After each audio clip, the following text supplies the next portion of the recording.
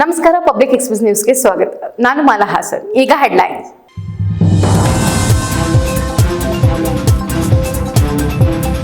ಅಧಿಕಾರ ಯಾರಪ್ಪನ ಆಸ್ತಿಯಲ್ಲ. ಪಂಚ ಗ್ಯಾರಂಟಿ ಕೊಟ್ಟ ತಕ್ಷಣ ಜನರ ಎಲ್ಲ ಸಮಸ್ಯೆ ಬಗೆಹರಿಯಲ್ಲ. ಕಾಂಗ್ರೆಸ್ ಸರ್ಕಾರದ ವಿರುದ್ಧ ಕಿಡಿಕಾರಿದ ಕೇಂದ್ರ ಸಚಿವ ಎಚ್.ಡಿ. ಕುಮಾರಸ್ವಾಮಿ.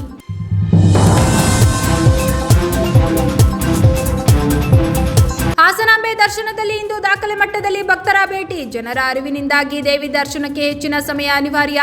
ಭಕ್ತರು ಸಹಕರಿಸುವಂತೆ ಸಚಿವ ಕೃಷ್ಣ ಬೈರೇಗೌಡ ಮನವಿ.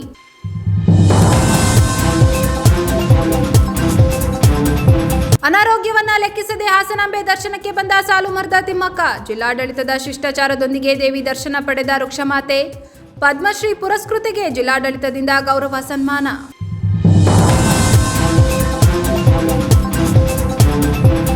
ಹಾಸನಾಂಬೆ ದರ್ಶನದ 9ನೇ ದಿನವಾದ ಇಂದು ದಾಖಲೆ ಮಟ್ಟದ ಜನಸಾಗರವು ದೇವಿಯ ದರ್ಶನಕ್ಕೆ ಹರಿದು ಬಂದಿದೆ. ರಾಜ್ಯದ ಎಲ್ಲ ಮೂಲೆಗಳಿಂದಲ್ಲದೆ ಹೊರ ರಾಜ್ಯ ಮತ್ತು ವಿದೇಶಗಳಿಂದ ಭಕ್ತರ ಪ್ರವಾಹ ಹರಿದು ಬಂದಿದೆ. ಹಾಸನಾಂಬೆ ದರ್ಶನದ ಮುಖ್ಯ ದ್ವಾರಗಳಾದ 300 ರು ಮತ್ತು 1,000 ರು ಟಿಕೆಟ್ ಸಾಲುಗಳು, ಧರ್ಮದರ್ಶನದ ಸಾಲುಗಳು ಕಿಲೋಮೀಟರ್ ಗಟ್ಟಲೆ ವಿಸ್ತಾರ ಹೊಂದಿದ್ದವು. ಧರ್ಮದರ್ಶನ ಸಾಲುಗಳಲ್ಲಿ 8 ಗಂಟೆಗೂ ಹೆಚ್ಚು ಕಾಲ ನಿಂತು ಬಳಲುತ್ತಿರುವ ಭಕ್ತರು ಮಳೆ ಬಿಸಿಲಿನ ವ್ಯತ್ಯಯವನ್ನ ಲೆಕ್ಕಿಸದೆ ದರ್ಶನಕ್ಕಾಗಿ ಕಾದು ತಾಯಿಯ ದರ್ಶನಕ್ಕಾಗಿ ತಾಳ್ಮೆಯಿಂದ ಕಾದಿರುವುದು ಭಕ್ತಿ ಶ್ರದ್ಧೆಯ ಅಪೂರ್ವ ನಿದರ್ಶನವಾಗಿದೆ. ಇನ್ನು ಮುಖ್ಯ ರಸ್ತೆ ಸಂಪೂರ್ಣ ಜಾಮ್ ಆಗಿ ಆಂಬ್ಯುಲೆನ್ಸ್ ಸಂಚಾರಕ್ಕೂ ಅಡ್ಡಿಯಾದಂಥ ದೃಶ್ಯ ಕಂಡುಬಂದಿತ್ತು. ಒಟ್ಟಾರೆ ಶುಕ್ರವಾರ 3 ಲಕ್ಷಕ್ಕೂ ಹೆಚ್ಚು ಭಕ್ತರು ದರ್ಶನ ಮಾಡುವ ನಿರೀಕ್ಷೆ ಇದೆ ಎನ್ನಲಾಗಿದೆ. ನಿಮ್ಮ ಬಳಿ ಇರುವಂತಹ ಅಮೂಲ್ಯವಾದ ವಸ್ತುಗಳನ್ನು ಭರಿಸಲು ಸಾಧ್ಯತೆ ಇದೆ. ಹಾಗಾಗಿ ದಯಮಾಡಿ ಮತ್ತೊಮ್ಮೆ ಮಗದೊಮ್ಮೆ ಅವರನ್ನ ಪರೀಕ್ಷೆ ಮಾಡಿಕೊಡಿ. ಪುಟ್ಟ ಮಕ್ಕಳನ್ನ, ವಯಸ್ಸಾದ ತಂದೆ ತಾಯಿಗಳನ್ನ ಜೊತೆಯಾಗಿ ಕರೆಸ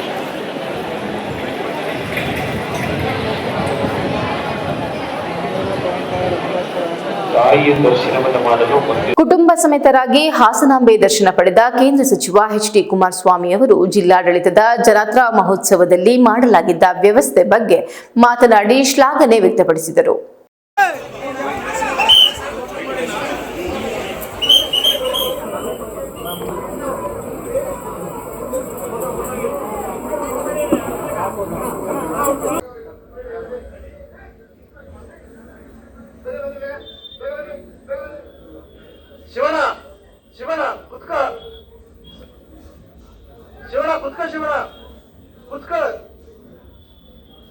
ಸರ್ ಹಂಗೆ ಹೊರಗಡೆ ಕರ್ಕೊಂಡ್ಬಿಡಿ, ಹಂಗೆ ಹೊರಗಡೆ ಕರ್ಕೊಂಡ್ಬಿಡಿ.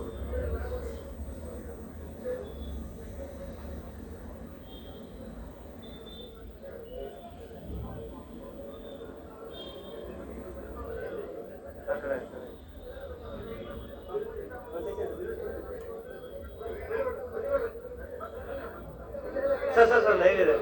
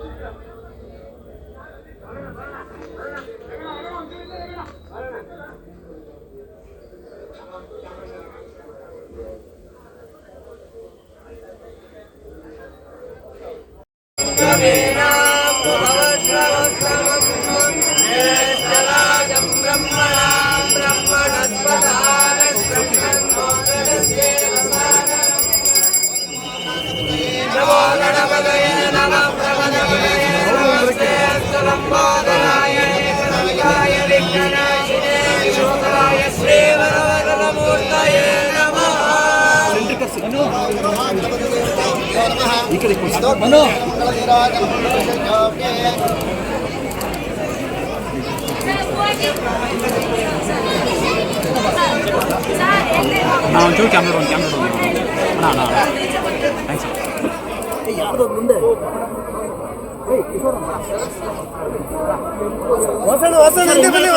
ಒಂಚೂರಿಂದ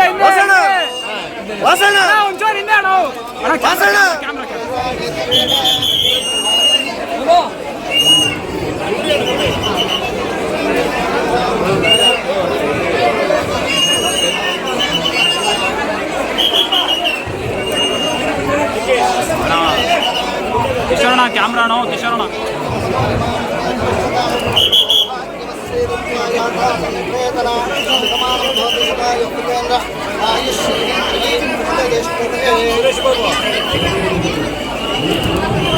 ಹಾಸನಾಂಬೆ ದೇವಿಯ ಇನ್ನೊಂದು ತಾಯಿಯ ಆಶೀರ್ವಾದವನ್ನು ಪಡೆದು ತಾಯಿಯ ದರ್ಶನವನ್ನು ಪಡೆಯುತ್ತಾ ಇರತಕ್ಕಂಥ ನಾಡಿನ ಲಕ್ಷಾಂತರ ಜನತೆ ಹಾಗೂ ಈ ಒಂದು ತಾಯಿಯ ಬಗ್ಗೆ ಇಡೀ ನಾಡಿನ ಜನತೆಗೆ ತಾಯಿಯ ಒಂದು ಶಕ್ತಿಯ ಬಗ್ಗೆ ನಮ್ಮೆಲ್ಲರ ಒಂದು ಮಾಧ್ಯಮದ ಮುಖಾಂತರ ಪ್ರತಿನಿತ್ಯ ನಾಡಿನ ಜನತೆಗೆ ಆಶೀರ್ವಾದವನ್ನ ಪಡೆಯತಕ್ಕಂಥ ನಿಟ್ಟಿನಲ್ಲಿ ನಮ್ಮ ಮಾಧ್ಯಮದ ಸ್ನೇಹಿತರು ಕಳೆದ 4-5 ದಿವಸಗಳಿಂದ ನಮ್ಮದೇ ಆದಂತ ಒಂದು ಸೇವೆಯನ್ನು ಸಲ್ಲಿಸ್ತಾ ಇದ್ದೀವಿ. ನಾಡಿನ ಜನತೆಗೆ ಮತ್ತು ನಮ್ಮ ಮಾಧ್ಯಮದ ಮಿತ್ರರಿಗೆ ಆ ತಾಯಿಯ ಸಂಪೂರ್ಣ ಆಶೀರ್ವಾದ ನಾಡಿನಲ್ಲಿ ನೆಮ್ಮದಿಯ ಬದುಕನ್ನ ಪ್ರತಿ ಕುಟುಂಬಗಳು ಕಾಣಬೇಕು ಅಂತಕ್ಕಂಥದ್ದು ಎಲ್ಲರ ಅಭಿಲಾಷೆ ಏನಿದೆ. ಅದರ ಜೊತೆಗೆ ಇನ್ನು 3 ದಿನಗಳಲ್ಲಿ ದೀಪಾವಳಿ ಹಬ್ಬವನ್ನ ನಾವೆಲ್ಲರೂ ಏನು ಆಚರಣೆ ಮಾಡಿದ್ವಿ, ಪ್ರತಿ ಕುಟುಂಬದ ಒಂದು ಬೆಳಕನ್ನ ಭಗವಂತನ ಎಲ್ಲರಿಗೂ ಕೊಡಬೇಕು ಅಂತಕ್ಕಂಥ ನಿಟ್ಟಿನಲ್ಲಿ ದೀಪಾವಳಿಯ ಒಂದು ವಿಶೇಷ ಹಬ್ಬವನ್ನು ನಾವೆಲ್ಲ ಏನು ಆಚರಣೆ ಮಾಡ್ತಾ ಇದ್ದೇವೆ. ತಮ್ಮೆಲ್ಲರಿಗೆ ಪ್ರಥಮವಾಗಿ ದೀಪಾವಳಿ ಹಬ್ಬದ ಶುಭಾಶಯಗಳನ್ನು ಅಡ್ವಾನ್ಸ್ ಆಗಿ ನಾನು ಈ ಸಂದರ್ಭ ದರ್ಶನದ ಕಾರ್ಯಕ್ರಮದಲ್ಲಿ ಸಿದ್ದೇಶ್ವರ ಸ್ವಾಮಿಯ ದರ್ಶನದ ಒಂದು ಕಾರ್ಯಕ್ರಮದಲ್ಲಿ ನಮ್ಮ ಒಂದು ಪಕ್ಷದ ನನ್ನ ಎಲ್ಲ ಆತ್ಮೀಯ ಶಾಸಕ ಮಿತ್ರಗಳ ಜೊತೆಗೂಡಿ ಸ್ವರೂಪವರ ಒಂದು ನಾಯಕತ್ವದಲ್ಲಿ ನಾವೆಲ್ಲರೂ ಇವತ್ತು ದೇವರ ದರ್ಶನವನ್ನು ಪಡೆದಿದ್ದೇವೆ.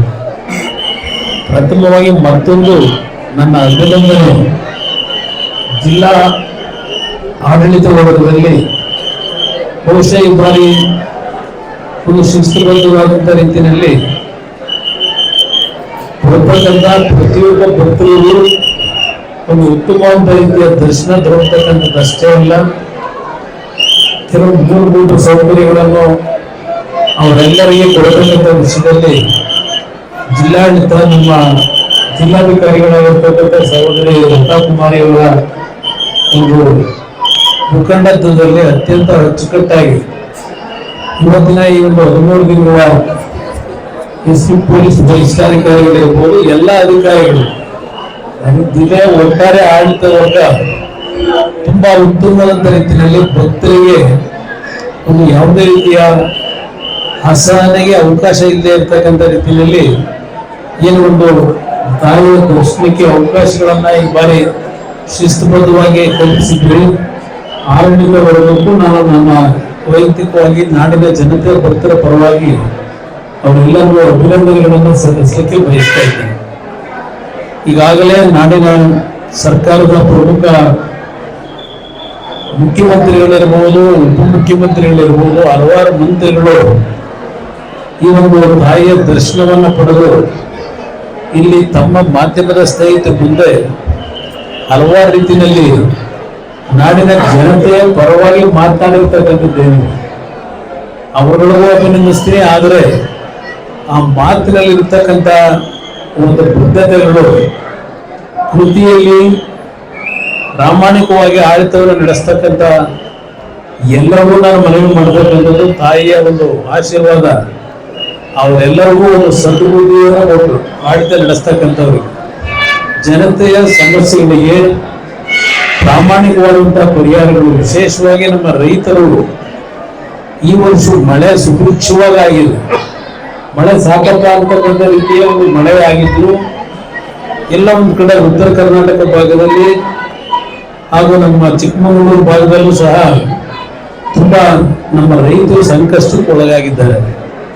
ಅದು ಕೇವಲ ಘೋಷಣೆ ಆಗಬಾರದು. ನಮ್ಮ ರೈತರು ನಾನು ತಾಯಿಗೆ ಬೇಡ್ಕೊಳ್ತಕ್ಕಂಥದ್ದು, ಸಿದ್ದೇಶ್ವರಿಗೆ ಬೇಡ್ಕೊಳ್ತಕ್ಕಂಥದ್ದು, ಯಾವುದೇ ರೀತಿಯಲ್ಲೂ ಆ ಕುಟುಂಬಗಳು ಈ ಒಂದು ಮಳೆಯ ಅನಾಹುತಗಳಲ್ಲಿ ಬೆಳೆಯ ನಷ್ಟಕ್ಕೊಳಗಾಗಿ ಹಿಂದೆ ನಾವೇನು ಹಲವಾರು ರೀತಿಯ ಆತ್ಮಹತ್ಯೆಗಳನ್ನು ಕಾಣ್ತಾ ಇದ್ವು, ಅದಾಗಬಾರದು. ಆ ತಾಯಿಯ ಒಂದು ಸಂಪೂರ್ಣ ಆಶೀರ್ವಾದ, ಒಂದು ಶಕ್ತಿ ನಮ್ಮ ರೈತ ಬಂಧುಗಳಿಗೆ ದೊರಕಲಿ. ಸರ್ಕಾರವು ಉತ್ತಮದ ರೀತಿಯಲ್ಲಿ ಕೆಲಸ ಮಾಡಲಿ ಅಂತಕ್ಕಂಥ ತಾಯಿಯವರಿಗೆ ಸದ್ಬುದ್ಧಿಯನ್ನು ಕೊಡಲಿ ಅಂತಕ್ಕಂಥ ಪ್ರಾರ್ಥನೆ ಸಲ್ಲಿಸಿ, ಆರೋಗ್ಯ ಸಮಸ್ಯೆಯನ್ನು ಲೆಕ್ಕಿಸದೆ ಹಾಸನಾಂಬ ದರ್ಶನಕ್ಕೆ ಬಂದ ಪದ್ಮಶ್ರೀ ಪುರಸ್ಕೃತೆ ತಿಮ್ಮಕ್ಕ ಅವರನ್ನ ಜಿಲ್ಲಾಡಳಿತ ಶಿಷ್ಟಾಚಾರದ ಮೂಲಕ ಕರೆತಂದು ದೇವಿಯ ದರ್ಶನ ಮಾಡಿಸಿ ಸನ್ಮಾನಿಸಲಾಯಿತು.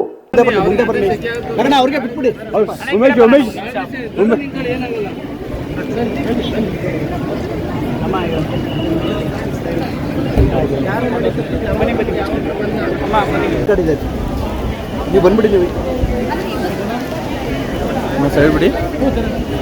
ಉಮೇಶ್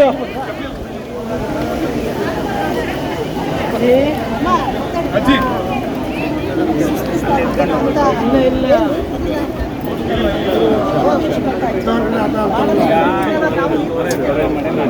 ಚೆನ್ನಾಗಿ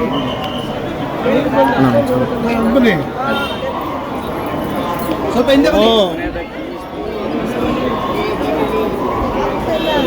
ಸರ್, ಮಧ್ಯ ಹೋಗ್ಬೇಡಿ.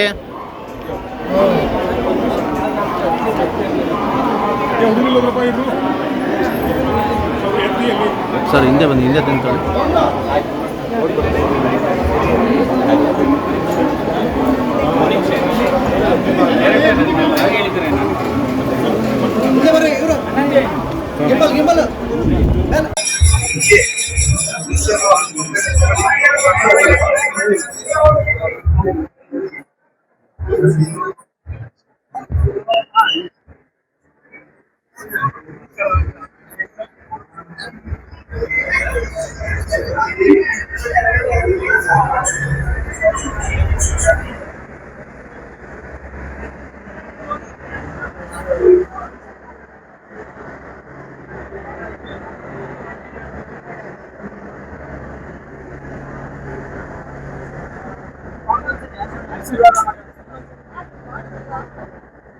ಆಶೀರ್ವಾದ ಮಾಡ್ತೀವಿ.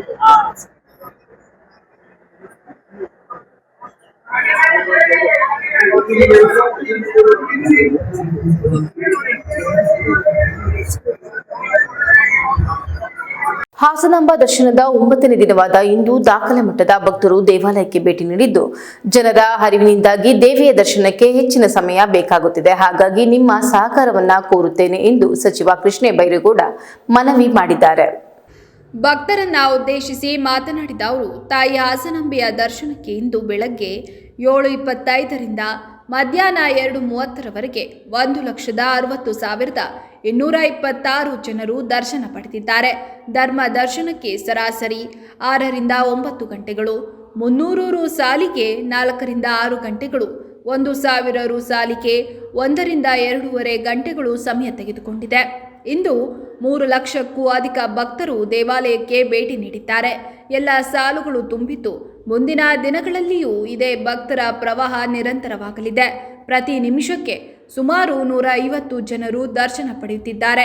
ನಿಲ್ಲದ ಜನಸಾಗರದಿಂದಾಗಿ ಹೆಚ್ಚಿನ ಸಮಯವೂ ಬೇಕಾಗಬಹುದು ಎಂದು ಮಾಹಿತಿ ನೀಡಿದ್ದಾರೆ. ದರ್ಶನದಲ್ಲಿ 7-8 ಗಂಟೆ ತಗೊಳ್ತಾ ಇದೆ ಮತ್ತು 300 ರೂಪಾಯಿಯಲ್ಲಿ 3, 4, 5 ಗಂಟೆ ತೆಗೆದುಕೊಳ್ತಾ ಇದೆ. 1000 ರೂಪಾಯಿಯಲ್ಲೂ ಕೂಡ 1ರಿಂದ 2.5 ಗಂಟೆ ತೆಗೆದುಕೊಳ್ತಾ ಇದೆ. ಒಂದಕ್ಕೆ 3 ಪಟ್ಟು ಜನ ಬಂದಿದ್ದಾರೆ. ಅವರೆಲ್ಲರಿಗೂ ದರ್ಶನ ಮಾಡಬೇಕು ಅಂದ್ರೆ ದರ್ಶನಕ್ಕೆ ದೇವಾಲಯ ಚಿಕ್ಕದಾಗಿರೋದ್ರಿಂದ ಅಷ್ಟೇ ಅವಕಾಶ ಇದೆ. ನಾವೆಲ್ಲ VIP-ಗೂ ಕಟ್ ಮಾಡಿದೀವಿ, ಯಾರಿಗೂ ಏನು ಬಿಡ್ತಾ ಇಲ್ಲ. ಆದ್ರೆ ದರ್ಶನಕ್ಕೆ 1 ನಿಮಿಷಕ್ಕೆ 120-150 ಜನಕ್ಕೆ ಮಾತ್ರ 1 ನಿಮಿಷಕ್ಕೆ ದರ್ಶನ ಮಾಡಲಿಕ್ಕೆ ಸಾಧ್ಯ. ದೇವಸ್ಥಾನದಲ್ಲಿ ಜಾಗ ಇರೋದು ಅಷ್ಟೇನೆ. 1 ನಿಮಿಷಕ್ಕೆ 150 ಜನ ದರ್ಶನ ಮಾಡ್ತಾ ಇದ್ದಾರೆ. ಆದರೂ ಕೂಡ ಇವತ್ತು 3 ಲಕ್ಷ ಜನ ಬರ್ತಾ ಇರೋದ್ರಿಂದ ಸ್ವಾಭಾವಿಕವಾಗಿ ಸಮಯ ಹೆಚ್ಚು ತೆಗೆದುಕೊಳ್ತಾ ಇದೆ. ಇದರಲ್ಲಿ ವ್ಯವಸ್ಥೆ ನಡೆದಿದೆ, ದರ್ಶನ ನಡೀತಾ ಇದೆ. ಬೆಳಿಗ್ಗೆಯಿಂದ ಇಲ್ಲಿವರೆಗೆ ಮಧ್ಯಾಹ್ನದವರೆಗೆ 1,60,000 ಜನ ದರ್ಶನ ಪಡೆದಿದ್ದಾರೆ. ಆದರೆ ಇನ್ನೂ ಹೆಚ್ಚಿನ ಜನ ಬಂದಿರೋದ್ರಿಂದ ಈ ರೀತಿ ಸಮಯ ತೆಗೆದುಕೊಳ್ತಾ ಇದೆ. ಸೊ ಬರೋವರು ದಯವಿಟ್ಟು ಇದಕ್ಕೆ ತಯಾರಾಗಿ ಬರಬೇಕು. ಬಂದು ಸಮಯ ತೆಗೆದುಕೊಳ್ತಾ ಇದೆ ಅಂತ ಆಕ್ಷೇಪ ಮಾಡುವಂತದ್ರಲ್ಲಿ ಅಷ್ಟು ಸಮಂಜಸ ಅಲ್ಲ ಅಂತ ನಾನು ಭಾವಿಸ್ತೇನೆ. ಸಮಯ ಕಾಯ್ದಿರಿಸಿಕೊಂಡು ತಾವು ದರ್ಶನಕ್ಕೆ ಬರಬೇಕು. ನಾಳೆ ಶನಿವಾರ ರಾತ್ರಿ ಗೇಟ್ 10 ಗಂಟೆಗೆ ಬಂದಾಗುತ್ತೆ, ದರ್ಶನ 12 ಗಂಟೆಗೆ ನಿಲ್ಲುತ್ತೆ. ಭಾನುವಾರ ಬೆಳಿಗ್ಗೆ 6 ಗಂಟೆಗೆ ದರ್ಶನ ಮತ್ತೆ ಸ್ಟಾರ್ಟ್ ಆಗುತ್ತೆ. ಇದನ್ನು ತಾವು ದಯವಿಟ್ಟು ಗಮನದಲ್ಲಿ ಇಟ್ಕೊಳ್ಳಿ. ಬರುವ ದಿನಗಳಲ್ಲಿ ಪ್ರತಿನಿತ್ಯ 3 ಲಕ್ಷ ಜನ ಇರ್ತಾರೆ. ಇನ್ನ ಬಾಕಿ ಇರುವ 5 ದಿನ ನೀವು 6-7 ಗಂಟೆ ಆಗುತ್ತೆ ದರ್ಶನ, ಕನಿಷ್ಠ 6-7 ಗಂಟೆ ಅನ್ನೋದನ್ನ ಗಮನದಲ್ಲಿ ಇಟ್ಕೊಂಡು ಪ್ಲಾನ್ ಮಾಡಬೇಕಾಗಿ ತಮ್ಮಲ್ಲಿ ಮನವಿ. 2.5 ವರ್ಷ ಕಾಲ ಕಳೆದಿದ್ದು ಸಾಕು. ಅಧಿಕಾರ ಯಾರಪ್ಪದ ಆಸ್ತಿ ಅಲ್ಲ. ಪಂಚ ಗ್ಯಾರಂಟಿ ಕೊಟ್ಟ ತಕ್ಷಣ ಜನರ ಎಲ್ಲಾ ಸಮಸ್ಯೆ ಬಗೆಹರಿಯಲ್ಲ ಎಂದು ಕಾಂಗ್ರೆಸ್ ಸರ್ಕಾರದ ವಿರುದ್ಧ ಕೇಂದ್ರ ಸಚಿವ ಎಚ್.ಡಿ. ಕುಮಾರಸ್ವಾಮಿ ಕಿಡಿಕಾರಿದ್ದಾರೆ. ಸುದ್ದಿಗೋಷ್ಠಿಯಲ್ಲಿ ಮಾತನಾಡಿದ ಅವರು, ಜನತಾದಳ ಅಷ್ಟು ಸುಲಭವಾಗಿ ಜನಸಾಮಾನ್ಯರಿಂದ ದೂರ ಆಗುವ ಪಕ್ಷ ಅಲ್ಲ. ಶಾಸಕರು, ಮಾಜಿ ಶಾಸಕರು ಪಕ್ಷ ಸಂಘಟನೆ ಜವಾಬ್ದಾರಿ ನಿರ್ವಹಿಸುತ್ತಿದ್ದಾರೆ. ನಮ್ಮ ಪಕ್ಷ ಈಗಾಗಲೇ ಸಭೆ ಮಾಡಿದ್ದೇವೆ. ದೀಪಾವಳಿ ನಂತರ ಇಡೀ ರಾಜ್ಯ ಪ್ರವಾಸ ಮಾಡುತ್ತೇನೆ. ರೈತಪರ ಕೆಲಸ ಮಾಡುತ್ತೇನೆ ಎಂದ ಅವರು, ಜೆಡಿಎಸ್ ಇದ್ದಾಗ ಶಾಸಕರಿಗೆ ಅನುದಾನ ಅವರೆಷ್ಟು ಕೊಟ್ಟವ್ರೆ ಅಂತ ಸಿಎಂ ಕೇಳಿದ್ದಾರೆ. ಸಿದ್ದರಾಮಯ್ಯ ಅವರೇ, ಲಘುವಾಗಿ ಮಾತನಾಡಬೇಡಿ. ದೇವರಾಜ ಅರಸು ದಾಖಲೆ ಮುರಿದ್ರೆ ಹೆಸರು ಉಳಿಯಲ್ಲ. ಸಿದ್ದರಾಮಯ್ಯನವರೇ, ನೀವು ಮಾಡೋ ಕೆಲಸಗಳು ಮಾತ್ರ ಉಳಿಯೋದು. ನೀವು ಅನ್ಯ ಮಾರ್ಗದಲ್ಲಿ ಮಾಡಿರೋ ಹಣ ಉಳಿಯೋಲ್ಲ. ಪರ್ಮನೆಂಟ್ ಆಗಿ ನೀವು ಹೋಗ್ತಿರಲ್ಲ. ಅದನ್ನು ಸರಿಪಡಿಸಿಕೊಳ್ಳೋ ಪ್ರಯತ್ನ ಮಾಡಿ. ನಿಮ್ಮ ದುರಂಕಾರ ಮೊದಲು ಬಿಡಿ. ಆಕಾಶದಲ್ಲಿದ್ದರೆ ಗೊತ್ತಾಗಲ್ಲ, ನೆಲಕ್ಕಿಳಿಯಿರಿ. ಎಷ್ಟು ಶಾಸಕರ ಕ್ಷೇತ್ರಕ್ಕೆ ಹೋಗಿದ್ದೀರಿ ಎಂದು ಪ್ರಶ್ನಿಸಿದರು. ಪಾಪ ಭಗವಂತ ಕೊಟ್ಟಾಗ ಉಪಯೋಗ ಮಾಡಿ. ಈಗ ಭಗವಂತ ಕೊಟ್ಟಿಲ್ವ? ಈಗ ಉಪಮುಖ್ಯಮಂತ್ರಿಗಳಿದ್ದೀರಿ. ಇದೇನೋ ಪಾಪ ಕಳೆದ ಚುನಾವಣೆಯಲ್ಲಿ ಪೇಪರು ಪೆನ್ನು ಕೊಡಿ ಅಂತ ಅಂದ್ರಿ. ಪೇಪರು ಪೆನ್ನು ಕೊಟ್ಟು 2.5 ವರ್ಷ ಆಯಿತು. ಪೇಪರು ಪೆನ್ನು ಕೊಟ್ಟು ಬರೀ ಸುಳ್ಳು ಹೇಳೋದು ಬಿಟ್ಟರೆ ಏನು ಹೇಳಿದಿರಿ? ಈಗ ಈ ರಾಜ್ಯದಲ್ಲಿ ಜನಗಳ ಕಷ್ಟಗಳ ಬಗ್ಗೆ ಚರ್ಚೆ ಇಲ್ಲ, ಜನಗಳ ಬದುಕೇನಾಗಿದೆ ಅಂತ ಚರ್ಚೆ ಇಲ್ಲ. ಯಾವುದೋ ಮುಖ್ಯಮಂತ್ರಿ ಪದವಿ ಅದೇ ಒಂದು ದೊಡ್ಡ ಒಂದು ಚರ್ಚೆಗೆ ಗ್ರಾಸವೇನಾಗಿದೆ. ನಾನು ಈ ಸರ್ಕಾರಕ್ಕೆ ಹೇಳ್ತಕ್ಕಂಥದ್ದು, ಕಾಂಗ್ರೆಸ್ ನಾಯಕರಿಗೆ ಹೇಳ್ತಕ್ಕಂಥದ್ದು, ದಯವಿಟ್ಟು ಈ 2.5 ವರ್ಷ ಕಾಲ ಕಳೆದಿದ್ದು ಸಾಕು. 2.5 ವರ್ಷ ನೀವು ಯಾವ್ಯಾವ ರೀತಿ ನಡ್ಕೊಂಡಿದ್ದೀರಿ. ನನಗೆ ಸದ್ಯ ದಿನಗಳಲ್ಲಿ ನಾನು ಪ್ರೆಸ್ ಮೀಟು ಮಾಡ್ತಾ ಇರಲಿಲ್ಲ. ಆದರೆ ಈಗಿನ ಒಂದು ಪರಿಸ್ಥಿತಿಗಳಲ್ಲಿ ಜನತೆಯನ್ನು ನಾವು ಎಚ್ಚರಿಸ್ತೇ ಇದ್ದರೆ ನಾವು ಎಲ್ಲೋ ವೈಫಲ್ಯತೆಯ ಒಂದು ಒಳಗಾಗ್ತಕ್ಕಂಥದ್ದೇನಿದೆ. ಸರ್ಕಾರಕ್ಕೆ ಹಿತವಚನ ಹೇಳ್ತಾ ಇದ್ದೇನೆ. ಅಧಿಕಾರ ಯಾರಪ್ಪನ ಆಸ್ತಿ ಅಲ್ಲ. ಈ ಪ್ರಜಾಪ್ರಭುತ್ವದ ವ್ಯವಸ್ಥೆಯಲ್ಲಿ ಯಾರು ಬೇಕಾದರೂ ನಾಡಿನ ಜನತೆ ಆಯ್ಕೆ ಮಾಡ್ತಕ್ಕಂಥ ಶಕ್ತಿ ಈ ಜನತೆಯಲ್ಲಿದೆ. ಇವತ್ತು ಬರೀ ಇದು ಯಾವುದೋ 5 ಗ್ಯಾರಂಟಿ ಕೊಟ್ಟ ತಕ್ಷಣ ಎಲ್ಲರ ಬದುಕು ಇವತ್ತು ಉತ್ತಮವಾದ ಪರಿಸ್ಥಿತಿಲಿದೆ ಅಂತ ಹೇಳೋಕ್ಕಾಗಲ್ಲ. ಅದರ ಅನುಭವ ನಾನು ಪ್ರತಿದಿನ ನೋಡ್ತೇನೆ. ಇವರ 2,000 ರೂಪಾಯಿ ಕೊಡ್ತಕ್ಕಂಥದ್ದೇನಿದೆ, ಪಾಪ ಹಲವಾರು ಜನ ಹೇಳ್ತಾರೆ ಅದೇನೋ ಅದನ್ನು ಕೂಡಾಕಿ ಒಂದು ವರ್ಷದಲ್ಲಿ 20,000 25,000 ಕೂಡಾಕಿ ಅದೇನೋ ಒಂದು ಬೋರ್ವೆಲು ಸಾಲ ತಗೊಂಡು ಕೊರಿಸ್ದೆ, ಅದು ಯಾವುದೋ ಒಂದು ಟೈಲರಿಂಗ್ ಮಿಷಿನ್ ತಗೊಂಡೆ, ವಾಷಿಂಗ್ ಮಿಷಿನು, ರೆಫ್ರಿಜರೇಟರ್ ತಗೊಂಡೆ ಹೇಳ್ತಾರೆ. ಅಷ್ಟೇ ಸಾಕ? ಅದರಿಂದ ಬದುಕು ಮಾಡ್ಲಿಕ್ಕೆ ಸಾಧ್ಯವ? ಇನ್ನು ನೆನ್ನೆ ಒಂದು ಸಾಯಂಕಾಲ ನಮ್ಮ ಶಾಸಕ ಮಿತ್ರದೊಂದು ಸಭೆ ಕರೆದಿದ್ದು. ಆ ಸಂದರ್ಭದಲ್ಲಿ ಒಂದು ಹಳ್ಳಿ ಮುಕ್ತ ರೈತ ಒಬ್ಬ, ಅವ್ರ ಮಗ ಇಬ್ಬರು ಬಂದರಪ್ಪ.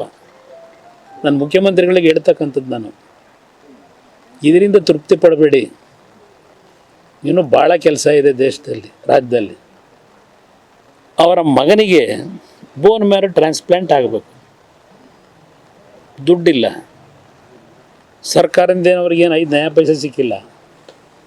ಸ್ವಂತ ಒಂದು ಮನೆಯನ್ನು ಕಟ್ಕೊಂಡಿದ್ದ, ಆ ಮನೆ ಮಾರಾಟ ಮಾಡಿ 22 ಲಕ್ಷಕ್ಕೆ ಮಾರಾಟ ಮಾಡಿ ಆ ಮಗನ ಉಳಿಸ್ಕೋಬೇಕು ಅಂತ ಹೇಳಿ ಆ ರೈತ ಮತ್ತೆ ಇನ್ನೂ ಏನು ದುಡ್ಡು ಶಾರ್ಟೇಜ್ ಇದೆ ಅಂತ ನನ್ನ ಮನೆಗೆ ಬಂದ್ರಲ್ಲ. ಇದೊಂದು ಉದಾಹರಣೆ ಕೊಡ್ತಾ ಇದ್ದೀನಿ. ನೆನ್ನೆ ಸಾಯಂಕಾಲ ಆಗಿರೋದು. ರಾಜ್ಯ ಹೇಗಿದೆ ಅನ್ನೋದಕ್ಕೆ, ಸಮಾಜ ಏನಿದೆ ಅಂತಕ್ಕಂಥದ್ದು ಹೇಳ್ತಾ ಇದ್ದೇನೆ. ಇದೆಂಥದ್ದು ಜಾತಿ ಗಣತಿ ಅವೆಲ್ಲ ಆಮೇಲೆ ಮಾತಾಡ್ಕೊಳ್ಳೋಣ ನಿಧಾನಕ್ಕೆ. ಪರಿಸ್ಥಿತಿ ವಾಸ್ತವಾಂಶ ಏನಿದೆ ಅಂತ ಹೇಳಿ. ಕೊನೆಗೆ ನಾವೇನು ನನ್ನ ಮನೆಗೆ ಬಂದಾಗ ನನ್ನ ಹತ್ರ ಇರುತ್ತೋ ಇಲ್ವೋ, ಏನೋ ಒಂದು ರೀತಿಯಲ್ಲಿ ಅವರಿಗೆ ಅಂಥ ಒಂದು ಸಂಕಷ್ಟ ಇರ್ತಕ್ಕಂಥವ್ರಿಗೆ ಸಹಾಯ ಮಾಡ್ತಕ್ಕಂಥದ್ದನ್ನು ನನಗೆ ನಮ್ಮ ತಂದೆಯಿಂದಲೋ ನಮ್ಮ ತಾಯಿಯಿಂದಲೋ ಕಲ್ತ್ಕೊಂಡಿದ್ದೇವೆ. ಇದು ಇರ್ತಕ್ಕಂಥ ವಾಸ್ತವಾಂಶ. ಮುಖ್ಯಮಂತ್ರಿಗಳು ನಾನು ಹೇಳ್ತಕ್ಕಂಥದ್ದು, ನಾನು ಈ ರಾಜ್ಯದಲ್ಲಿ ಅವ್ರ ಜೊತೆ ಸೇರಿ ಸರ್ಕಾರ ಮಾಡಿದಾಗ 2018ರಲ್ಲಿ ಇದ್ದಿದ್ದು 14 ತಿಂಗಳು ಬೋನ್ ಮ್ಯಾರೋ ಟ್ರಾನ್ಸ್ಪ್ಲಾಂಟ್ಗೆ 30 ಲಕ್ಷ 35 ಲಕ್ಷ ಹೊರಗಡೆ ಖರ್ಚು ಮಾಡಬೇಕು. 10 ಲಕ್ಷ ರೂಪಾಯಿ ಒಳಗೆ ಆ ಬೋನ್ ಮ್ಯಾರೋ ಟ್ರಾನ್ಸ್ಪ್ಲಾಂಟ್ ಕಾಯಿಲೆಗಳು ಬಂದಂಥವ್ರಿಗೆ ಮಾಡಲಿಕ್ಕೆ ಸರ್ಕಾರದಿಂದ ಮಾಡಬೇಕು ಅಂತ ಹೇಳಿ ನಾನು 12 ಕೋಟಿನೋ 15 ಕೋಟಿನೋ ಹಣ ಬಿಡುಗಡೆ ಮಾಡಿ ಅದಕ್ಕೆ ಒಂದು ತೀರ್ಮಾನ ತಗೊಂಡು ಕಟ್ಟಿದ್ದೇವೆ ಅಲ್ಲಿ. ಆದರೆ ಡಾಕ್ಟ್ರ್ ಇಲ್ಲ, ಅದಕ್ಕೆ ಚಿಕಿತ್ಸೆ ಕೊಡ್ತಕ್ಕಂಥ ವ್ಯವಸ್ಥೆಗಳು ಇನ್ನೂ ಇಟ್ಕೊಂಡಿಲ್ಲ. ಇದು ನಾನು ಯಾಕೆ ಉದಾಹರಣೆ ಕೊಡ್ತಾ ಇದ್ದೇನೆ, ಮುಖ್ಯಮಂತ್ರಿಗಳಿಗೆ ಹೋಗಲಿ ಅಂತ ನಿಮ್ಮಿಂದ ಒಂದು ಉದಾಹರಣೆ ಕೊಡ್ತಾ ಇದ್ದೇನೆ. ಅಪ್ಪ ನೆನ್ನೆ ಹೇಳಿದ್ದಾರೆ ಅದೇನೋ ಹಾಸನಾಂಬ ದೇವಸ್ಥಾನಕ್ಕೆ ಏನಾದರೂ ಇನ್ನೂ ದೊಡ್ಡ ಮಟ್ಟದಲ್ಲಿ ಅಭಿವೃದ್ಧಿ ಮಾಡಲಿಕ್ಕೆ ಬೇಕು ಅಂದ್ರೆ ಕೊಡ್ತೀನಿ ಅಂತ ಹೇಳವ್ರೆ. ಮೊನ್ನೆ ಬಂದಾಗ ಭಾಳ ಸಂತೋಷ. ಹಾಂ, ಪರಿಶೀಲಿಸ್ತೀವಿ ಅಂತಿದ್ದಾರೆ, ಕೊಡ್ತೀವಿ ಅಂತ ಹೇಳಿ ಅರ್ಜಿ. ಹಾಂ, ಅಗತ್ಯ ಇದ್ದರೆ ಆಮೇಲೆ ನೀವೇನೋ ಪ್ರಶ್ನೆ ಮಾಡಿದಾಗ JDS ಪಕ್ಷ ಇದ್ದಾಗ, ಜನತಾದಳ ಇದ್ದಾಗ, BJP ಇದ್ದಾಗ ಅವರೆಷ್ಟು ಕೊಟ್ಟವ್ರೆ ಅಭಿವೃದ್ಧಿಗೆ ಶಾಸಕರಿಗೆ ಅಂತಕ್ಕಂಥ ಒಂದು ಪ್ರಶ್ನೆ ಮಾಡಿದ್ದಾರೆ ಮುಖ್ಯಮಂತ್ರಿಗಳು. ನಾನು ಮುಖ್ಯಮಂತ್ರಿಗಳಿಗೆ ಸವಾಲಾಗ್ತಕ್ಕಂಥದ್ದು, ಓಪನ್ ಚರ್ಚೆಗೆ ನಾನು ಸಿದ್ಧ ಇದ್ದೇನೆ. ನಾನು ಸ್ವತಂತ್ರವಾಗಿ ಈ ನಾಡಿನ ಜನ 5 ವರ್ಷದ ಸರ್ಕಾರ ನನಗೆ ಕೊಟ್ಟಿಲ್ಲ. ನಾನು ಸರ್ಕಾರ ಕೆಲವು ಭಾಗದಲ್ಲಿ 38 ಜನ 40 ಜನ ಗೆಲ್ಲಿಸಿದಾಗ ಏನು ಸರ್ಕಾರ ಮಾಡಿದ್ದೆ.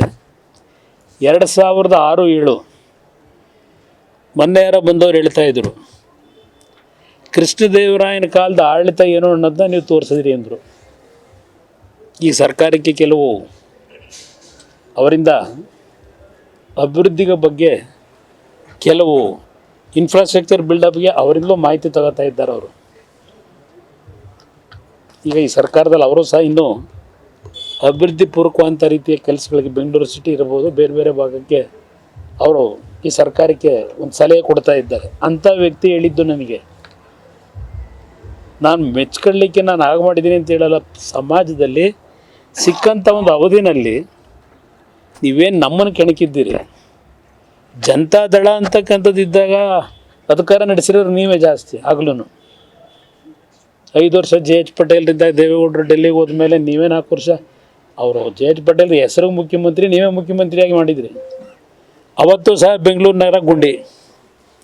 ಇವತ್ತು ನನಗೆ ಜ್ಞಾಪಕದಲ್ಲಿದೆ, ಜನ ಮಾತಾಡ್ತಾ ಇದ್ದಿದ್ದು 1995 ದೇವೇಗೌಡರು ಡೆಲ್ಲಿಗೆ ಹೋದ್ಮೇಲೆ ಯಾವ ಮಟ್ಟದ ಆಡಳಿತ ಕೊಟ್ಟಿದ್ರಿ. ಅವತ್ತು ಬೆಂಗಳೂರು ನಗರದ ನಾಗರಿಕರು ಈಗ ಗುಂಡಿ ಬಗ್ಗೆ ವಿಶ್ವದಲ್ಲಿ ಚರ್ಚೆ ನಡೀತಾ ಇದೆಯಲ್ಲ, ಆಗಲೂ ಇದೇ ಕತೆ ನಡೆಸಿದ್ರಿ ನೀವು. ಇವತ್ತು ನಮ್ಮ ಕಣ್ಣು ಮುಂದೆ ಇದೆ. 2018 ರೈತರ ಸಾಲ ಮನ್ನಾ ಮಾಡಿ ಒಂದೊಂದು ಕ್ಷೇತ್ರಕ್ಕೆ ನಾನು ಎಷ್ಟು ಹಣ ಕೊಟ್ಟಿದ್ದೀನಿ ನಿಮ್ಮ ಹತ್ರ ಮಾಹಿತಿ ಇಲ್ಲ. ನಿಮ್ಮ ಮನೆಗೆ ಬಂದು ಕೊಟ್ಟೆ ನಾನು. ಕಾಂಗ್ರೆಸ್ ಶಾಸಕರಿಗೆ 19,000 ಕೋಟಿ ಕೊಟ್ಟೆ 14 ತಿಂಗಳಲ್ಲಿ ಅಭಿವೃದ್ಧಿಗೆ. ಮೊನ್ನೆ ಡೆಲ್ಲಿಲಿದ್ದಾಗ ಒಬ್ಬರು ಸೀನಿಯರ್, ಅದು ಮೊದಲು ನಮ್ಮ ಪಕ್ಷದಲ್ಲೇ ಇದ್ದವರು, ಸೀನಿಯರ್ ಲೀಡ್ರ್ ಈ ಕಾಂಗ್ರೆಸ್ನಲ್ಲಿ ಬಂದು ಹೇಳ್ತಾರೆ, ನನ್ನ ಆರೋಗ್ಯ ವಿಚಾರಿಸಕ್ಕೆ ಬಂದವರು, ನಾನು ನಿನ್ನ ಕಾಲದಲ್ಲಿ ಏನು ಕೊಟ್ಟಿದ್ದೆ 2018 ಅದೇ ಈಗಲೂ ಕೆಲಸ ನಡೀತಿದೆ ಅಂತಾರೆ. ಇದು ನಾನು ಯಾವ ರೀತಿ ನಡ್ಕೊಂಡಿದ್ದೀನಿ ಸಿದ್ದರಾಮಯ್ಯನವರೇ, ಲಘುವಾಗಿ ಮಾತನಾಡಬೇಡಿ. ಸರ್ಕಾರದಲ್ಲಿ ಯಾವ್ಯಾವ ವರ್ಷ ಯಾವ್ಯಾವ ರೀತಿ ಹಣವನ್ನು ಹಂಚಿಕೆ ಮಾಡಿದ್ದೇವೆ ಮಾಹಿತಿ ಇದೆ, ಅಲ್ಲಿ ಯಾವ ರೀತಿ ಇದೆ ಅಂತೇಳಿ. ಇವತ್ತು ಹೇಳ್ತೀನಿ, ಕಾರ್ಯಕ್ರಮಗಳು ಕೊಟ್ಟು ಸಹ ಈ ಸರ್ಕಾರಕ್ಕೆ ಶಕ್ತಿ ಕೊಟ್ಟಿದ್ದಾರೆ ಜನ, ದುಡ್ಡು ಕೊಟ್ಟಿದ್ದಾರೆ. ಅದರಿಂದ ಈಗ ನೋಡಿ, ಅದೇನೋ ಇಲ್ಲೂ ಘೋಷಣೆ ಮಾಡೋದ್ರೇನೋ ಪಾಪ, ಎಂಥದ್ದು ನಮ್ಮ ರೈತರಿಗೀಗ 17,500, 25,000, 31,000 ಸ್ಟೇಜನ್ನು ಹೇಳ್ಬಿಟ್ಟು ಹೋಗೋರಲ್ಲ. ತೋಟಗಾರಿಕೆ ಬೆಳೆ, ನೀರಾವರಿ ಬೆಳೆ, ಡ್ರೈಲ್ಯಾಂಡ್ ಬೆಳೆ, ಇದಕ್ಕೆಲ್ಲ ಹೇಳೋರಲ್ಲ 8 ಸಾವಿರ ಜಾಸ್ತಿ ಸಿಗ್ತದೆ ಅಂತೇಳಿ. ಇನ್ನೂ ಸಿಗಬೇಕಲ್ಲ ಅಲ್ಲಿ ರೈತನಿಗೆ. ಕೇಂದ್ರ ಸರ್ಕಾರಕ್ಕೆ ಒಂದು ವೀಕ್ಷಣೆ ಮಾಡಲಿಕ್ಕೆ, ಒಂದು ವರದಿ ತಗೊಳ್ಳಿಕ್ಕೆ ಕೇಂದ್ರ ಸರ್ಕಾರದ ಅಧಿಕಾರಿಗಳು ಕಳಿಸಿ ಅಂತ ಇವತ್ತಿನವರೆಗೂ ಕೊಟ್ಟಿದ್ದೀರೋ ಇಲ್ಲೋ ಗೊತ್ತಿಲ್ಲ ಅರ್ಜಿನ. ಇಲ್ಲ ನಿಮ್ಮ ಅಧಿಕಾರಿಗಳು ರೈತರಿಗೆ ಇವೇನು ಬೆಳೆ ಹಾಳಾಗಿದೆ ಆ ಬೆಳೆ ಕಿತ್ತಾಕ್ಬೇಡಿ, ಹಿಂಗೆ ಇರಬೇಕು ಅಂತಾರಂತೆ ಉತ್ತರ ಕರ್ನಾಟಕದಲ್ಲಿ. ಈಗ ಹಿಂಗಾರು ಮತ್ತೆ ಪ್ರಾರಂಭ ಆಗುತ್ತೆ. ಆ ಬೆಳೆ ಅಂತೂ ಹೋಯ್ತು, ಸರ್ವನಾಶ ಆದವರು ರೈತರು. ಈಗ ಮತ್ತೊಂದು ಬೆಳೆ ಬೆಳೀತಾರೆ, ಅದನ್ನು ಈಗ ಹಾಕೋದು ಹೆಂಗೆ? ಇನ್ನೂ ಇವರು ಇದನ್ನೇ ನಡೆಸಲಿಲ್ಲ ಸಮೀಕ್ಷೆನ. ಇನ್ನು ಕೆಲವರು ಅಧಿಕಾರಿಗಳು ನಿಮ್ಮ ತೋಟದ ಜಮೀನಿನಲ್ಲಿ ಏನೇನಾಗಿದೆ ಅಂತೇಳಿ ನೀವೇ ಒಂದು ಸಮೀಕ್ಷೆ ಮಾಡ್ಕೊಂಡು ಅದೇನೋ ಒಂದು ವರದಿ ತಂದು ಕೊಡಿ ಇಂತಾರಂತೆ ಅಧಿಕಾರಿಗಳು. ಇದು ಆಡಳಿತದ ವ್ಯವಸ್ಥೆ. ಏನು ದೇವರಾಜ ಅರಸು ಅವರ ದಾಖಲೆ ಮುರಿದ ತಕ್ಷಣ ಹೆಸರು ಉಳಿಯಲ್ಲ ಸಿದ್ದರಾಮಯ್ಯನವರೇ. ನೀವು ಇರೋಷ್ಟು ದಿವಸ ಏನು ಮಾಡಿದ್ರಿ ಅನ್ನೋದು ಉಳಿಯೋದು. ಈಗೇನೋ 4 ಜನ ಅದೇಂಥದ್ದು 2000 ಫ್ರೀ ಬಸ್ಸು ಸಿಕ್ತು ಅಂತೇಳಿ ಯಾರಾದರೂ ಪಾಪ ಮುಗ್ಧ ಜನ ಮಾತಾಡ್ಬೋದು. ಆದರೆ ಸಚಿವರ ಯೋಜನೆ ಮತ್ತು ಅಧಿಕಾರಿಗಳ ಶ್ರಮದಿಂದ ಹಾಸನಾಂಬ ಜಾತ್ರೆ ಈ ವರ್ಷ ಶುಭಕರವಾಗಿ ನಡೆಯುತ್ತಿದೆ ಎಂದು ಮಾಜಿ ಸಂಸದ ಶಿವರಾಮೇಗೌಡ ತಿಳಿಸಿದರು. ಹಾಸನಾಂಬೆ ದರ್ಶನ ಪಡೆದು ಮಾಧ್ಯಮದೊಂದಿಗೆ ಮಾತನಾಡಿದ ಅವರು, ವರ್ಷಕ್ಕೆ 1 ಬಾರಿ ನಡೆಯುವ ಹಾಸನಾಂಬೆ ಜಾತ್ರಾ ಮಹೋತ್ಸವವನ್ನು ಸಚಿವ ಕೃಷ್ಣ ಬೈರೇಗೌಡರು ಉತ್ತಮ ರೀತಿಯಲ್ಲಿ ಯೋಚನೆ ಮಾಡಿದ್ದಾರೆ. ವಿವಿಐಪಿ ಹಾಗೂ ಸಾಮಾನ್ಯ ಭಕ್ತರ ದರ್ಶನವು ಯಾವುದೇ ಗೊಂದಲಕ್ಕೆ ಒಳಗಾಗದಂತೆ ವ್ಯವಸ್ಥೆ ಮಾಡಲಾಗಿದ್ದು, ರಾಜ್ಯದ ಎಲ್ಲೆಡೆಯಿಂದ ಭಕ್ತರು ಬರಲು ಅನುಕೂಲಕರ ವಾತಾವರಣ ನಿರ್ಮಿಸಲಾಗಿದೆ. ಹಿಂದೆ ಕಾಂಗ್ರೆಸ್ ಸರ್ಕಾರ ಸಮಯದಲ್ಲಿ ಹಾಸನಾಂಬೆ ದೇವಿಯ ದೇವಸ್ಥಾನವನ್ನು ಪುನರ್ಜೀವನದ ವ್ಯವಸ್ಥೆ ಮಾಡಲಾಗಿದ್ದು, ಇಂದು ಎಲ್ಲ ಭಕ್ತರು ದೇವಿಯ ದರ್ಶನಕ್ಕೆ ಪಡೆಯಲು ಅನುಕೂಲಕರವಾಗಿದೆ ಎಂದು ಹೇಳಿದರು. ಇಡೀ ರಾಜ್ಯದ ಎಲ್ಲ ಲೀಡರ್ಗಳು ಇವ್ರ ಮನೆ ಬಾಗಿಲಿಗೆ ಒಂದ್ಸರಿ ತಾಕಲೇಬೇಕು. ದ್ವಾರಕಾನಾಥ ಸ್ವಾಮಿ ಜನ ಇವರೇ. ಬೆಂಗಳೂರಿನಲ್ಲಿದ್ದೀವಿ. ಹಾಸನಾಂಬ ದೇವರ ಉತ್ಸವ ಏನು ಒಂದು ವರ್ಷದಲ್ಲಿ ಒಂದು ಟೈಮ್ ನಡೀತದೆ. ಈ ಕಾರ್ಯಕ್ರಮದಲ್ಲಿ ಈ ಸಾರಿ ಅಚ್ಚುಕಟ್ಟಾಗಿ ಚೆನ್ನಾಗಿ ವ್ಯವಸ್ಥಿತವಾಗಿ ಮಾಡಿದ್ದಾರೆ ಅಂತಕ್ಕಂಥ ಸುದ್ದಿ ಬೆಂಗಳೂರಿನಲ್ಲಿರ್ತಕ್ಕಂಥ ಎಲ್ಲ ಭಕ್ತಾದಿಗಳಿಗೂ ಗೊತ್ತಾಗಿದೆ. ಕೃಷ್ಣ ಬೈರೇಗೌಡರು ಅವರೇನು ನಮ್ಮ ರೆವಿನ್ಯೂ ಮಿನಿಸ್ಟರು ಇಲ್ಲಿಗೆ ಇನ್ಚಾರ್ಜ್ ಆಗಿ ಬಂದ ಮೇಲೆ ಭಾಳ ವ್ಯವಸ್ಥಿತವಾಗಿ ಇದನ್ನು ಮಾಡಿ ಯಾವ ಗೊಂದಲಗಳು ಇಲ್ದಂಗೆ ಎಲ್ಲ VIP-ಗಳು ಒಂದು ಕಡೆಗೆ, ಬೇರೆ ಸಾರ್ವಜನಿಕರು ಒಂದು ಕಡೆಗೆ ಗೊಂದಲ ಆಗದಂಗೆ ಎಲ್ಲ ವ್ಯವಸ್ಥೆನೂ ತುಂಬ ಅಚ್ಚುಕಟ್ಟಾಗಿ ಮಾಡಿದ್ದಾರೆ. ಅದರಲ್ಲೂ ಸಹಿತ ಹಾಸನಾಂಬ ದೇವಸ್ಥಾನಕ್ಕೆ ನಮ್ಮ ಕಾಂಗ್ರೆಸ್ ಸರ್ಕಾರ ಇದ್ದಾಗ ಹಿಂದೆ ಭಾಳಷ್ಟು ಕೊಡುಗೆಗಳನ್ನು ಕೊಟ್ಟು ಭಾಳ ಇದೊಂದು ಉತ್ತುಂಗ ಶಿಖರಕ್ಕೆ ಹೋಗುವ ಮಟ್ಟದಲ್ಲಿ ಇವತ್ತು ಮಾಡಿದ್ರಿಂದ ಇವತ್ತು ಈ ಒಂದು ಹಾಸನಾಂಬ ದೇವರ ಪ್ರದರ್ಶನ ಎಲ್ಲರಿಗೂ ಸಹಿತ ಸಿಗ್ತಾ ಇದೆ. ಅದೇ ರೀತಿ ನಮ್ಮ ಜೊತೆಯಲ್ಲಿ ನಮ್ಮ ಚಂದ್ರಪ್ಪನವರು ಚಿತ್ರದುರ್ಗ MP ಆಗಿದ್ದವರು, ಮುದ್ದನ್ಮೇಗೌಡರು ತುಮಕೂರು MP ಆಗಿದ್ದವರು, ರಾಜೀವ್ ಗೌಡರು ರಾಜ್ಯಸಭಾ ಸದಸ್ಯರಾಗಿದ್ದವರು, ಕೋಲಾರದಿಂದ ಸ್ಪರ್ಧಿಸಿದ್ದಂಥ ನಮ್ಮ ಗೌತಮ್ರವರು, ಚೇತನ್ ಗೌಡರು, ನಾವೆಲ್ಲ ಒಟ್ಟಾರೆ ಇಲ್ಲಿ ಇವತ್ತು ದೇವಿ ಆಶೀರ್ವಾದ ಪಡ್ಕೊಂಡು ನಮ್ಮ ಸರ್ಕಾರಕ್ಕೂ ಒಳ್ಳೇದಾಗಲಿ ಅಂತ ಕೇಳ್ಕೊಂಡು ಹೋಗೋಕ್ಕೋಸ್ಕರ ಬಂದಿದ್ದೀವಿ. ಹಾಸನಾಂಬ ದರ್ಶನದಲ್ಲಿ ಪಾಲ್ಗೊಂಡ ಚಲನಚಿತ್ರದ ಹಾಸ್ಯ ನಟ ಟೆನಿಸ್ ಕೃಷ್ಣ, ಕಳ್ಳನಟ ಕೋಟೆ ಪ್ರಭಾಕರ್ ಹಾಗೂ ಮತ್ತಿತರ ನಟ ನಟಿಯರು ದೇವಿ ದರ್ಶನ ಪಡೆದು ಸಂತಸ ವ್ಯಕ್ತಪಡಿಸಿದರು.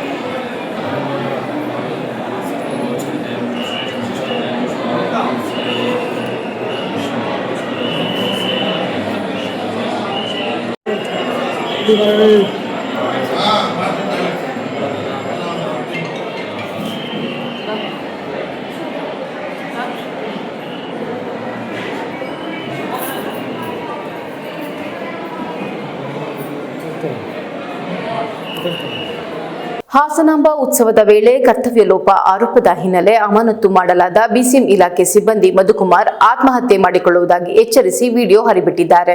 ಮಧುಕುಮಾರ್ ಅವರ ಹೇಳಿಕೆಯ ಪ್ರಕಾರ, ನಾನು ಅಕ್ಟೋಬರ್ 7ರಿಂದ 13ರವರೆಗೆ ಕೆಲಸ ಮಾಡಿದ್ದೇನೆ. ಅದರ ಎಲ್ಲ GPS ಫೋಟೋಗಳು ನನ್ನ ಬಳಿ ಇವೆ. ಆದರೆ ಅಕ್ಟೋಬರ್ 13ರಂದು ರಾತ್ರಿ 8:30ಕ್ಕೆ ಡಿಒ ಸಾಹೇಬರು ಅನಿರೀಕ್ಷಿತವಾಗಿ ಭೇಟಿ ನೀಡಿದಾಗ ನಾನು ಶೌಚಾಲಯಕ್ಕೆ ಹೋಗಿದ್ದೆ. ಆ ಸಮಯದಲ್ಲಿ ಕರ್ತವ್ಯದಲ್ಲಿ ಇರಲಿಲ್ಲ ಎಂಬ ನೆಪದಲ್ಲಿ ನನ್ನನ್ನು ಅಮಾನತು ಮಾಡಲಾಗಿದೆ ಎಂದು ಹೇಳಿದ್ದಾರೆ. ಇದೇ ವೇಳೆ ನಾನು ಹಿಂದುಳಿದ ವರ್ಗಕ್ಕೆ ಸೇರಿದವನು ಎಂಬ ಕಾರಣಕ್ಕೆ ನನ್ನನ್ನು ಗುರಿಯಾಗಿಸಿಕೊಂಡು ಅಮಾನತು ಮಾಡಿದ್ದಾರೆ.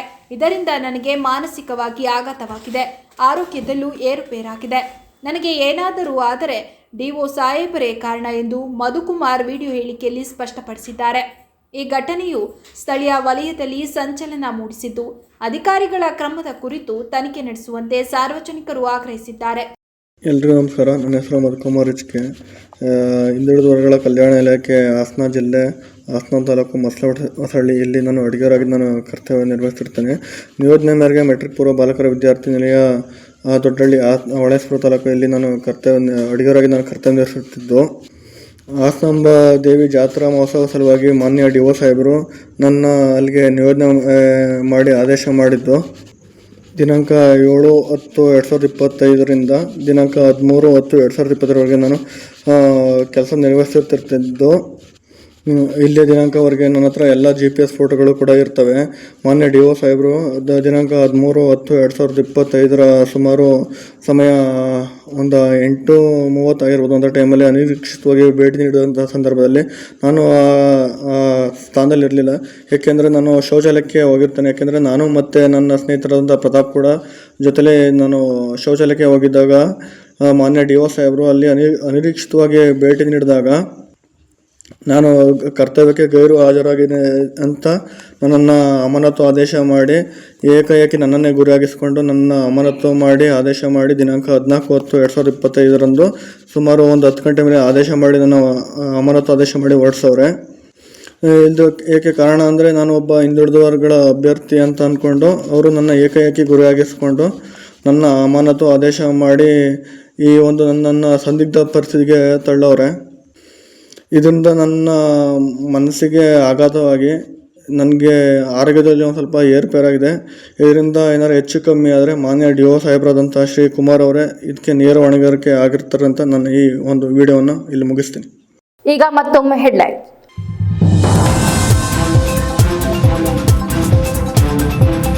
ಅಧಿಕಾರ ಯಾರಪ್ಪನ ಆಸ್ತಿಯಲ್ಲ. ಪಂಚ ಗ್ಯಾರಂಟಿ ಕೊಟ್ಟ ತಕ್ಷಣ ಜನರ ಎಲ್ಲ ಸಮಸ್ಯೆ ಬಗೆಹರಿಯಲ್ಲ. ಕಾಂಗ್ರೆಸ್ ಸರ್ಕಾರದ ವಿರುದ್ಧ ಕಿಡಿಕಾರಿದ ಕೇಂದ್ರ ಸಚಿವ HD ಕುಮಾರಸ್ವಾಮಿ.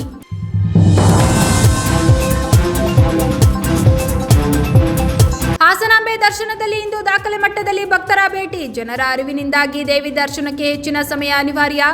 ಭಕ್ತರು ಸಹಕರಿಸುವಂತೆ ಸಚಿವ ಕೃಷ್ಣ ಬೈರೇಗೌಡ ಮನವಿ.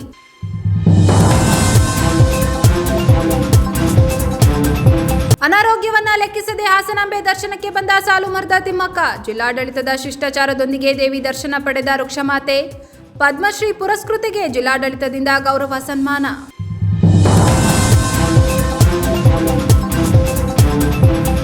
ಇದಿಷ್ಟು ಈವರೆಗಿನ ಪ್ರಮುಖ ಸುದ್ದಿಗಳು. ಸಮಗ್ರ ಸುದ್ದಿಗಳಿಗಾಗಿ ನೋಡ್ತಾ ಇರಿ ಪಬ್ಲಿಕ್ ಎಕ್ಸ್‌ಪ್ರೆಸ್ ಕನ್ನಡ. ಪಯಣ ನಿಮ್ಮೊಂದಿಗೆ.